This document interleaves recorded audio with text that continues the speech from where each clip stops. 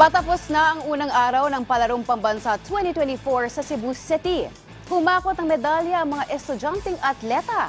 Alamin natin kung sinong bumida sa unang araw ng kompetisyon sa ulat ni Daryl Oclares live. Daryl? Meg, nalalapit na nga ang pagtatapos ng unang araw ng Palarong Pambansa 2024 dito sa Cebu City at napuno ito ng aksyon at selebrasyon ng tagumpay ng ating mga estudyanteng atleta.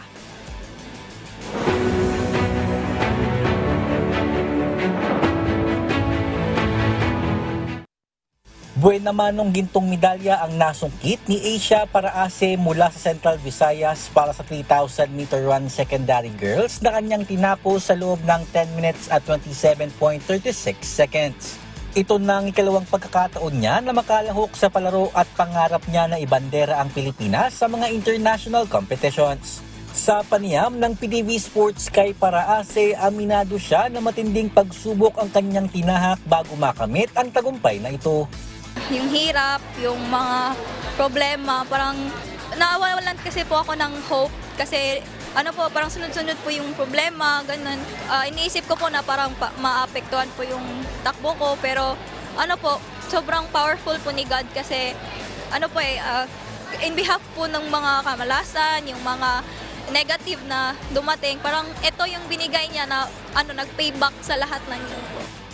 Samantala, maraming mga records din ang nabasag sa unang araw ng kompetisyon, kabilang na sa swimming kung saan nagbabalik ang Palarong Pambansa multi-medalist at Calabarzon tanker na si Micaela Jasmine Mojde.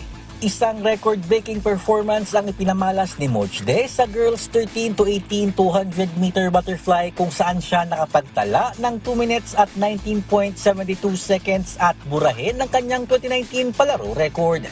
I'm really happy with my time, especially this 2024.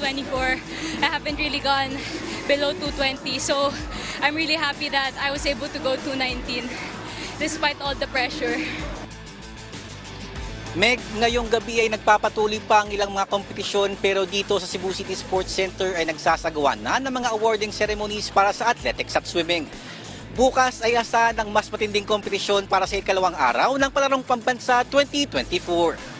Mula rito sa Cebu City Sports Center, Daryl Oclares para sa Pambansang TV sa Bagong Pilipinas. Maraming salamat, Daryl Oclares.